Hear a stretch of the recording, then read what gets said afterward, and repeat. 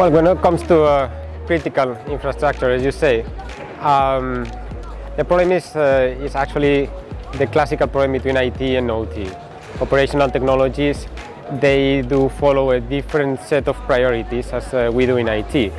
So the problem is that usually people try to apply the same process procedures or actually overall approach that we do in IT in terms of cybersecurity to OT. And that simply doesn't work because of the priorities, technical limitations, the support of the manufacturers, and many other reasons.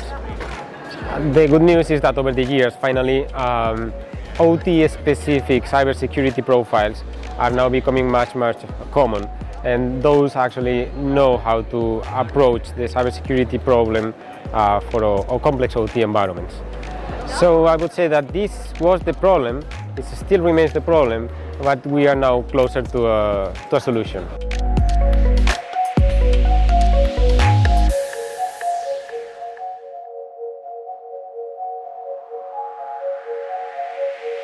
Well, in terms of aviation, despite the specific characteristics of the sector, in the end, aviation is just facing the same situation that other operational technology infrastructures and companies have done in the past.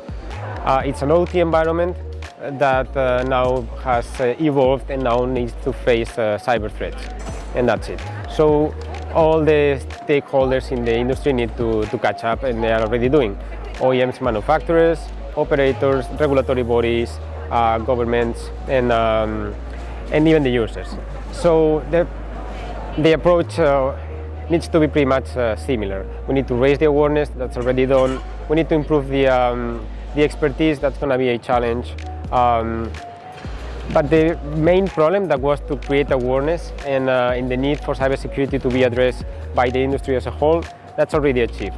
So from now on, I feel more optimistic. The major challenge that the aviation sector faces in terms of cybersecurity regarding the pandemic, the crisis, and now the recovery, it actually is related to the movement that many companies had to do to ground big portions of the fleet and now to bring them back into operational status.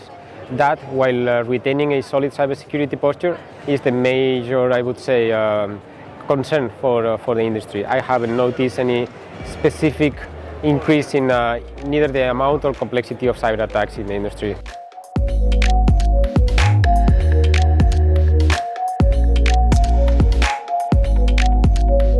It's easy. In the end, the smart cities is not something new. It's just a bunch of already advanced systems that we had in a city, but all connected. The fact that they are smart is just because they're going to be sharing data, and they are going to be able to use that data to perform tasks as preventive maintenance, improving the flow of vehicles and persons, and many other things. So in the end, you just have another problem of diverse operational technologies being connected and creating a complex network. The bigger problem that you may have in here is that those different technologies, they are in the hands of different companies and different organizations. So in my opinion, the biggest problem that the smart cities are facing right now is the cooperation necessary in terms of cybersecurity between those stakeholders. It's not that much technical as, well, I would say, a matter of cooperation.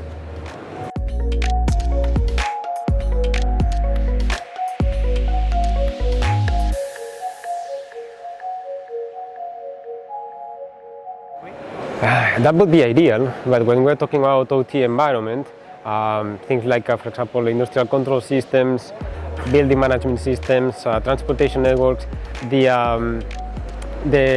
amount of time required for a generational change in the OT technology is so long that in order for something like that to be actually feasible, it's going to take decades. So I wouldn't rely on that as the first line of defense or the first measure I would include.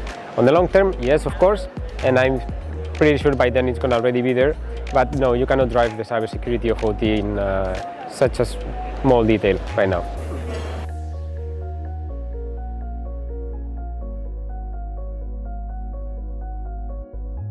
So for complex OT environments, like you were mentioning, smart cities, well, I already pretty much, I think, mentioned all the important points in my opinion. So first of all is the matter of the expertise. we need better or more specific experts in OT environments and cybersecurity, not just industrial control systems, but transportation as well. We are going there. Industry of aviation is a little bit behind that, but the automotive, it's closer, ICS is closer, and it's a matter of cooperation as well.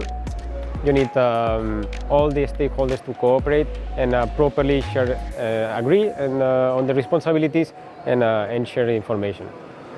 Thanks, Hugo. I mean, that was quite interesting. All your perspective right from your talk, and it looks quite an interesting future, of course. You being there, part of it, part of this journey, and obviously contributing to the community. That's great. So, thanks for your precious time. All the best. Thank you so much. Bye.